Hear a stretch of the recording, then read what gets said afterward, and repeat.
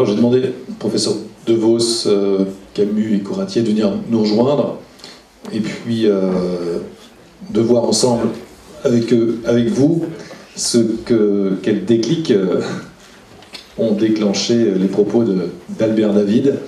Voilà, on a été un petit peu dans des univers multiples pour élargir le champ. Donc voilà, j'attends peut-être déjà pour commencer, je vous ai sous la main, donc du coup c'est plus simple. Ceux qui sont dans la salle peuvent se cacher encore quelques minutes, mais à moins qu'il y ait déjà une réaction ou une intervention qui... mais bon, qu'est-ce que ça vous dit comme ça spontanément quand vous entendez Albert David, ce qu'il a pu évoquer? C'est moi qui ai commencé. Plusieurs choses. C'est à peu près une heure et demie. En fait, l'exemple à la fin qui paraît farfelu, il y a une partie qui est tout à fait vraie, puisque c'est comme une mort qui évolue, et effectivement, c'est une mort programmée qui apparaît dans toutes les maladies neurodégénératives. Donc dans ça, c'était assez comique de voir qu'effectivement, de se dire que l'organisme lui-même tue ses propres cellules, et c'est exactement ça qu'il y a.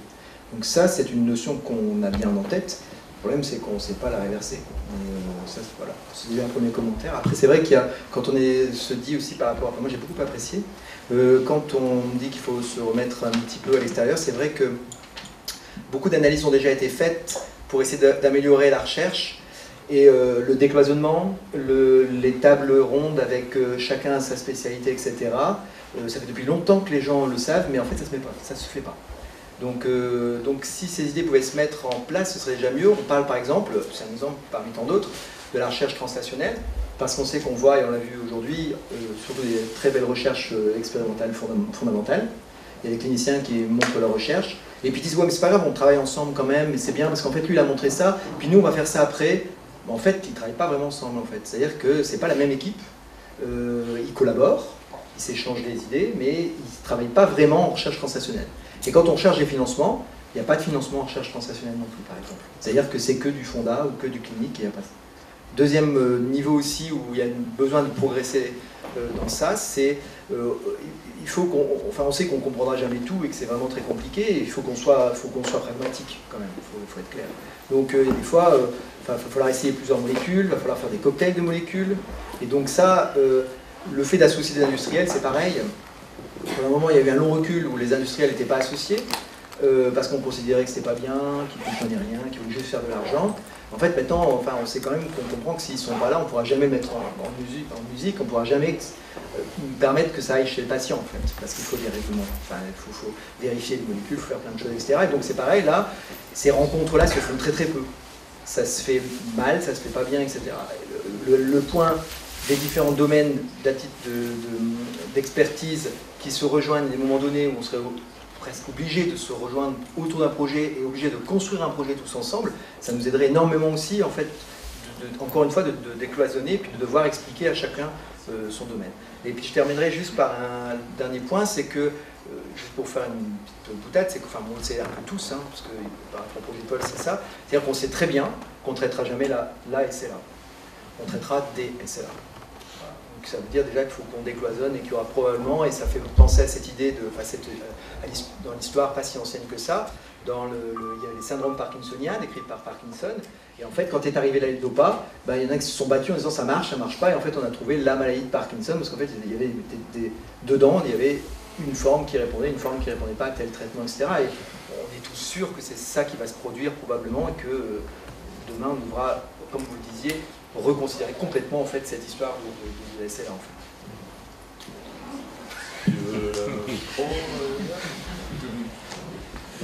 Écoutez, moi je suis content que vous ayez cité Henri Laborie, parce que pour moi c'est vraiment l'exemple du chercheur utile qui a passé sa vie à se poser des questions et qui en fait s'est heurté, je crois, à travers toutes les possibilités d'innovation qu'il peut y avoir, à une chose qui reste extrêmement importante aujourd'hui, et vous l'avez cité aussi, c'est le scepticisme.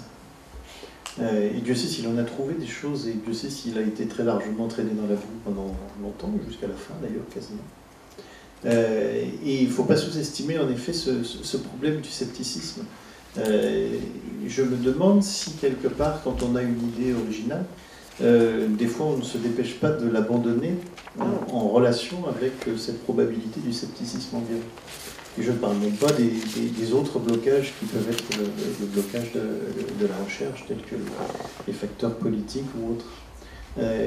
Il faut en permanence changer les références et essayer de prendre le problème par un autre côté. J'ai largement appris ça pendant ma thèse de sciences avec mon directeur de recherche, Chris Anderson, qui passait son temps à regarder les résultats des uns et des autres. Et il y en avait un qui avait trouvé quelque chose et finissait par lui expliquer qu'en fait il n'avait rien trouvé parce qu'il n'y avait rien dedans. Et puis celui qui arrivait avec des résultats négatifs, au bout d'une heure, il lui avait démontré qu'il avait trouvé des trucs absolument fabuleux, mais en regardant le problème autrement. Et en effet, je pense qu'il faut regarder les problèmes autrement. Et même ce que citait M. Dartig, et si vous disiez vis-à-vis de l'activité physique des patients, j'entendais même Philippe Couratier qui disait ce matin que finalement l'activité physique des patients, ils n'en ont pas tant que ça à Grenoble, à Limoges, des gens très actifs. À Montpellier, c'est 90%. Donc, manifestement, justement, ça va te permettre de prendre la parole. Manifestement, vous voyez, les références sont différentes en fonction des gens. Et notre expérience va changer aussi en fonction de ces différentes références. Et je crois que c'est un point important. Donc, il y a la SLA de Montpellier déjà. Ouais, voilà. Sûrement. Sûrement. Voilà. Donc en tout cas, je vous remercie beaucoup de la qualité de votre exposé, qui est extrêmement utile à mon avis. Tiens, à toi. Non. La parole à Limoges. Non, merci Jean, en tous les cas, d'avoir sollicité cette réunion. Non, mais effectivement, votre exposé est très intéressant parce que c'est une vraie ouverture. La question qu'on se pose, c'est est-ce qu'on n'est pas trop souvent dans des raisonnements qu'on peut appeler circulaires, c'est-à-dire qu'on est tous un peu en train de penser de la même chose. Et par exemple, dans la maladie d'Alzheimer, il y a un certain nombre de gens, parce que pour pouvoir affirmer qu'il y a une maladie d'Alzheimer, évidemment, les médecins disent il faut qu'il y ait des troubles cognitifs. Bon, ça, on sait les reconnaître, on sait les quantifier. Mais pendant très longtemps, on s'est dit, pour dire que c'est vraiment une maladie d'Alzheimer, fallait attendre, en fin de compte, le décès et autopsier. Et on a remarqué qu'il y avait un certain nombre d'anomalies dans le cerveau avec des accumulations de protéines. Et donc on s'est dit, si en fin de compte les gens sont malades, c'est parce qu'ils ont des agrégats de protéines. Peut-être que, en fin de compte, c'est un mécanisme adaptatif d'avoir des agrégats de protéines et que le mécanisme délétère est peut-être tout autre.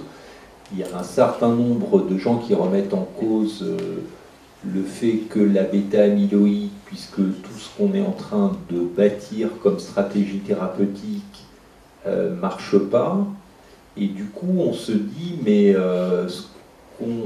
on a raisonné comme ça pendant 50 ans, parce que pour dire que c'est une maladie d'Alzheimer, il faut qu'il y ait de la bêta-amyloïde et de la dégénérescence neurofibrillaire, donc il faut absolument qu'on arrive à débarrasser les neurones, ou les dépôts extraneuronaux de bêta-amyloïde pour qu'on aille mieux. Alors on est capable de le faire évidemment sur des modèles murins, mais quand on essaye de le faire sur le patient et qu'on arrive à montrer qu'on est capable de diminuer les dépôts d'amyloïde dans le cerveau, c'est pas pour ça qu'on améliore les patients. Donc la question qui est posée, c'est est-ce qu'on n'est pas dans des raisonnements un peu circulaires? Le problème, c'est que, quid, quoi? Qu'est-ce qu'on fait? Parce que du coup, si on s'enlève ça, il nous reste plus que la clinique, le patient, et est-ce qu'on ne tient pas compte alors des dépôts dans les motoneurones? Est-ce qu'on fait fi de ça? Alors que, évidemment, les scientifiques basent une partie de leur recherche pour justement conforter leurs résultats et en disant, voyez, je reproduis bien les agrégats tels qu'on le voit dans la moelle des patients atteints de SLA.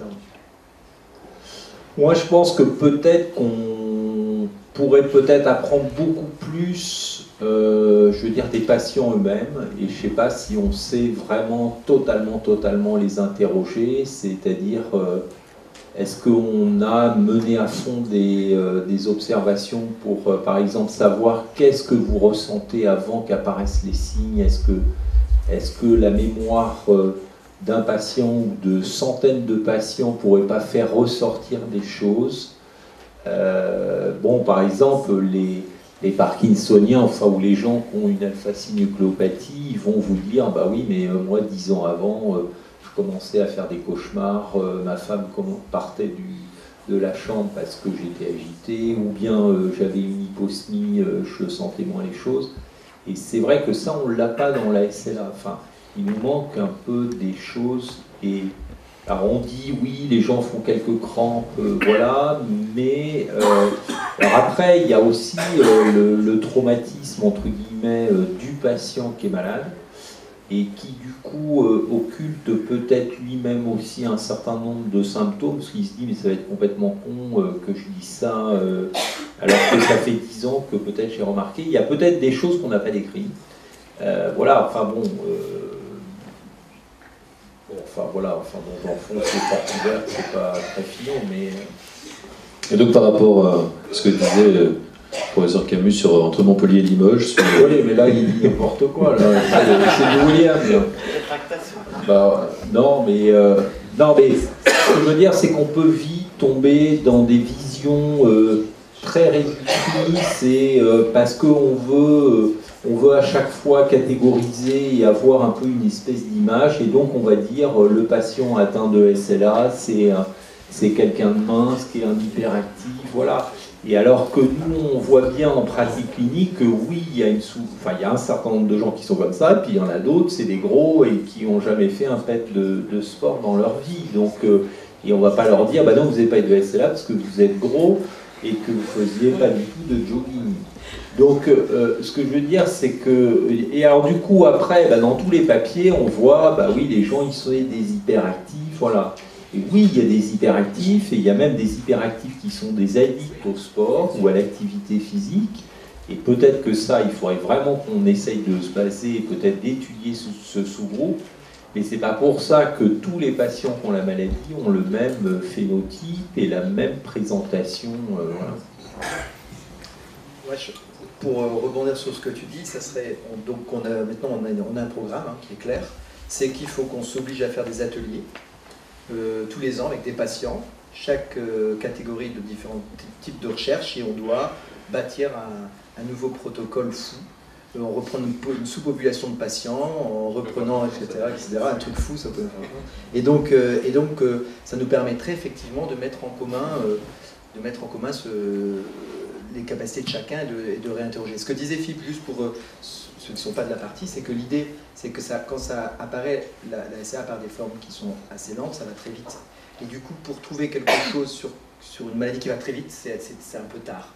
Et donc c'est pour ça qu'au mieux, on peut s'attendre à ralentir de quelques mois seulement. Et donc du coup, l'objectif réel et rêvé de tout le monde ne peut pas être atteint sur... Donc c'est pour ça que d'anticiper sur des signes beaucoup plus précoces nous font tous rêver, parce qu'on sait que là, même un traitement neurovecteur modéré pourrait avoir un impact important, un peu comme au billard, la petite différence au départ, à la fin, elle devient... Il y a peut-être des questions dans la salle. Il y a Michel Dib qui voulait intervenir. Et puis après, on verra. Oui, en fait, je voudrais... Sachant que notre temps est compté manifestement, donc quelques minutes encore. Mais je voudrais vous remercier beaucoup pour tout ce que vous avez dit, qui était hyper intéressant. J'ai un peu peur, comme toujours, que les bonnes paroles se perdent dans la nature.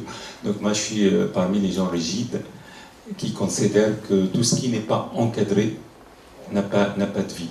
Il y a une super idée que vous avez lancée, qui est aujourd'hui l'idée qui nous réunit aujourd'hui ici.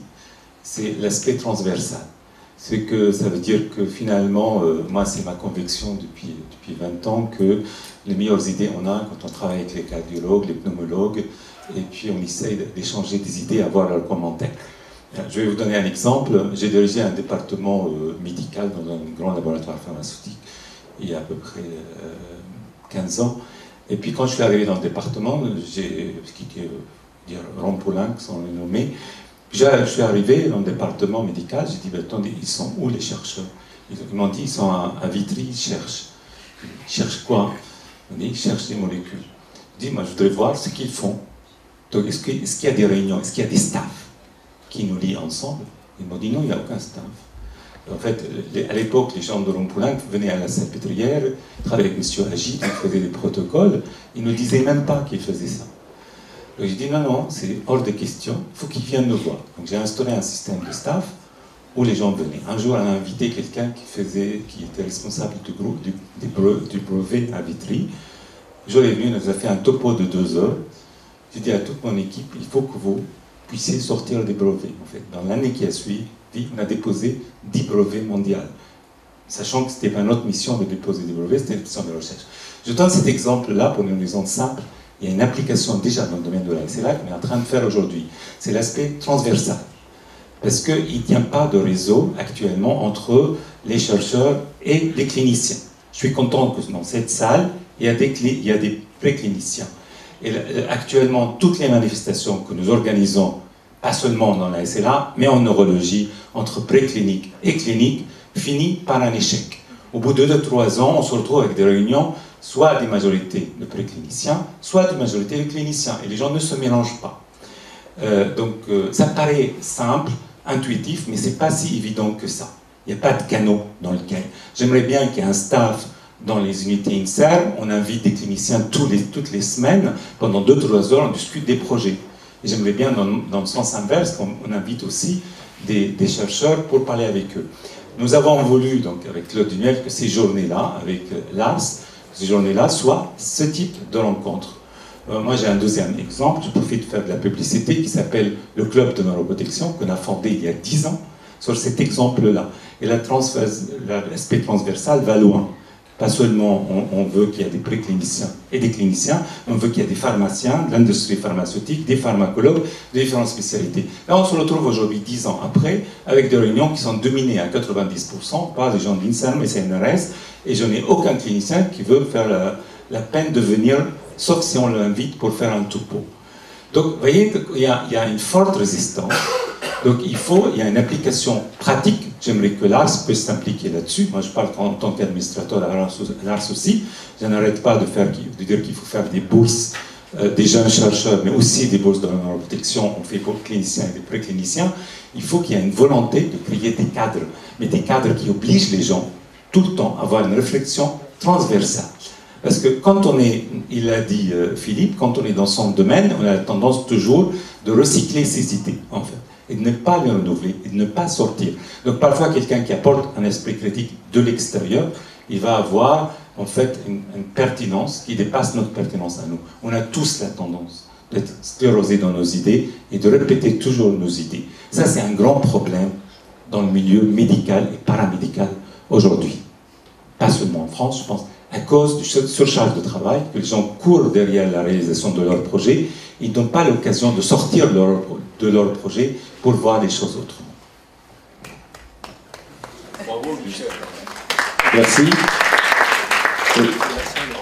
C'est hyper séduisant, intellectuellement, ça donne du peps, qu'on se dit, bah oui, on est sclérosé dans notre système, sauf que quand on va revenir lundi dans nos unités, on va dire, bah oui, mais attends, je reprends mon programme, je reprends mon activité, et on va pas...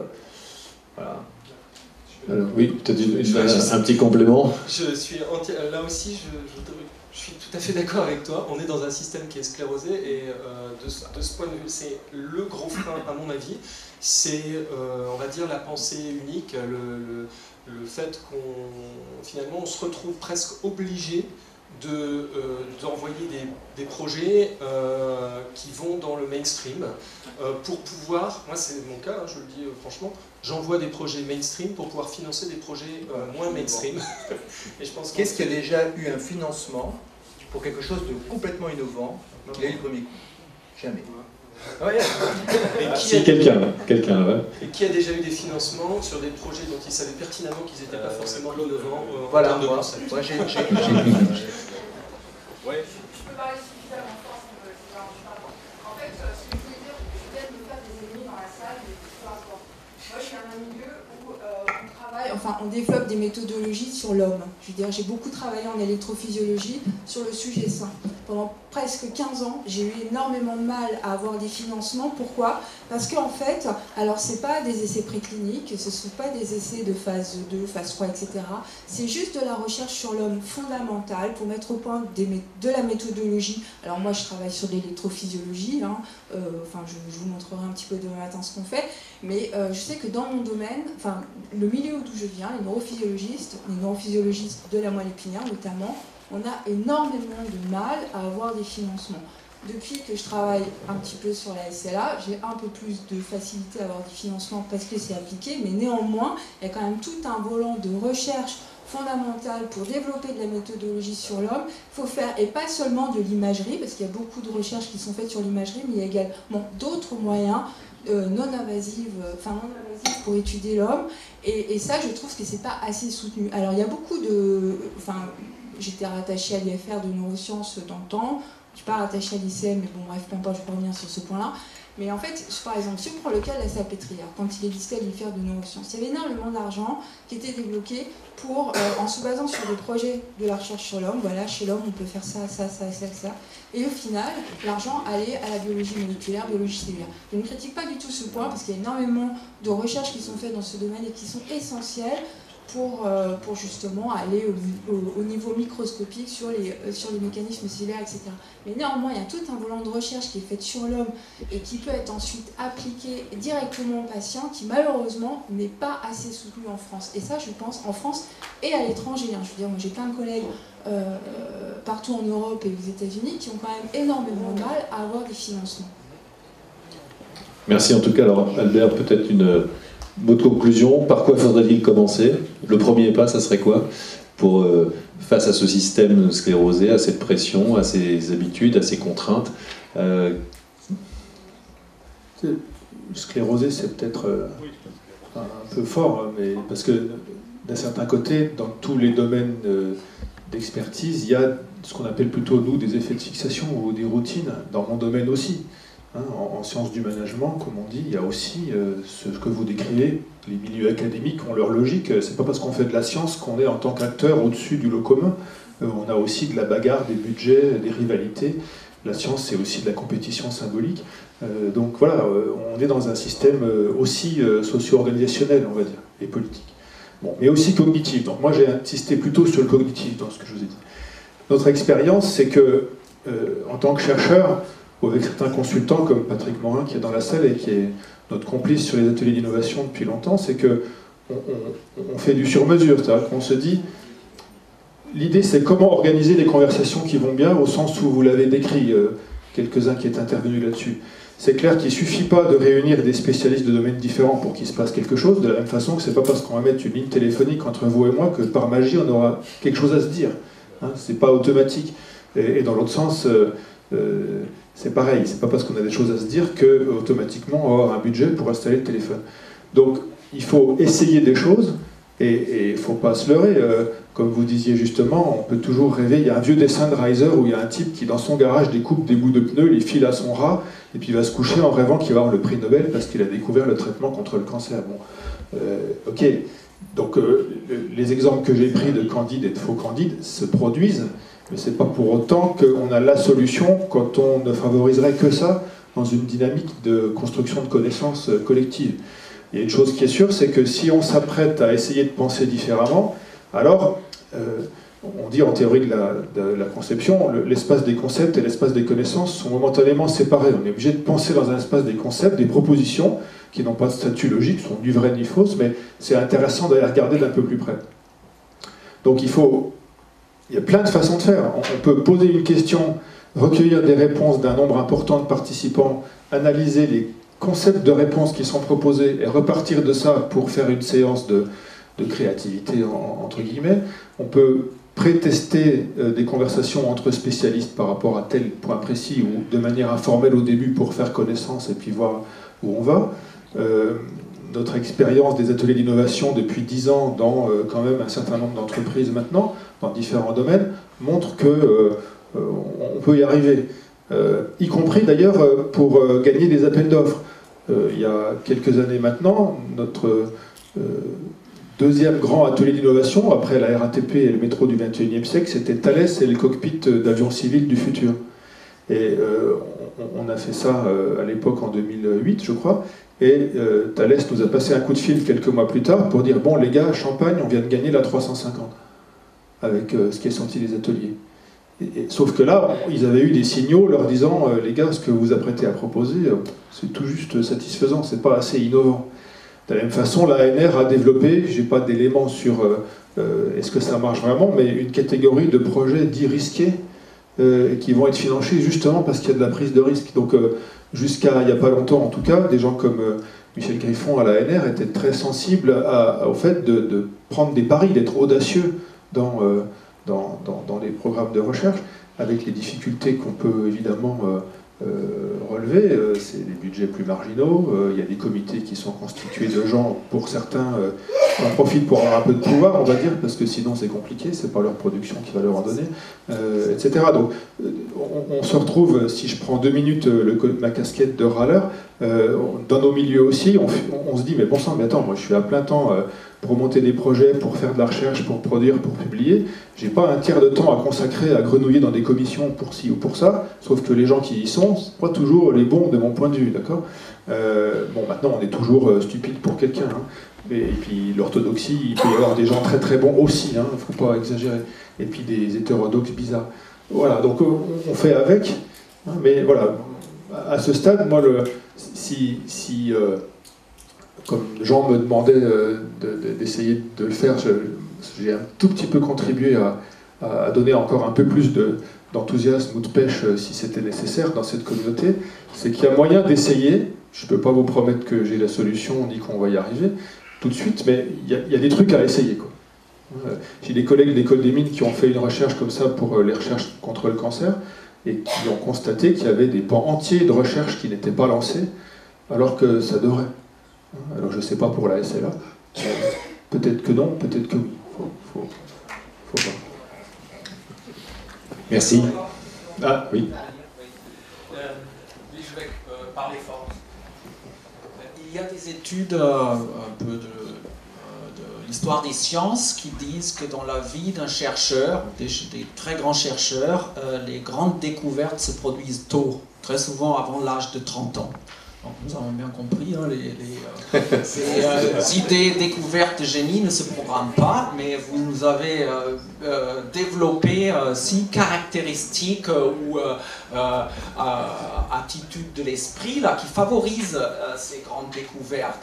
Et il me semble relativement évident que certaines, si ce n'est pas toutes, sont plus prépondérantes, plus développées dans les cerveaux jeunes. Je parle du deuxième cerveau, cette fois. Hein? Donc, une manière, et pas pour programmer les découvertes, mais pour les favoriser, numériquement, serait d'attirer plus de ces jeunes cerveaux vers la recherche sur la SLA. Et ça, c'est possible. Et j'ai entendu que vous avez à l'ARSLA l'idée de faire des bourses, de donner des bourses. On va le voir dans quelques instants. Ça me semble très important, attirer le maximum de jeunes personnes. Ça va numériquement favoriser les grandes découvertes. Merci de votre contribution. Et en tout cas, ce qu'on peut retenir, c'est, oui, effectivement, compte tenu de tout ce qui s'est dit, c'est que tout ça se joue à la fois au niveau purement individuel et aussi au niveau collectif, et c'est la combinaison des deux qui peut permettre effectivement de faire la différence. En tout cas, merci à Albert David, et merci à tous d'avoir pu intervenir et être là pour cette table ronde. Et je vais laisser maintenant la parole à Marie-Léon, puisque justement, on parle de jeunes chercheurs, et du coup, c'est le moment où on va pouvoir remettre notre première bourse jeunes chercheurs. C'est une des initiatives qui a été prise par l'ARSLA à l'occasion de ses 30 ans.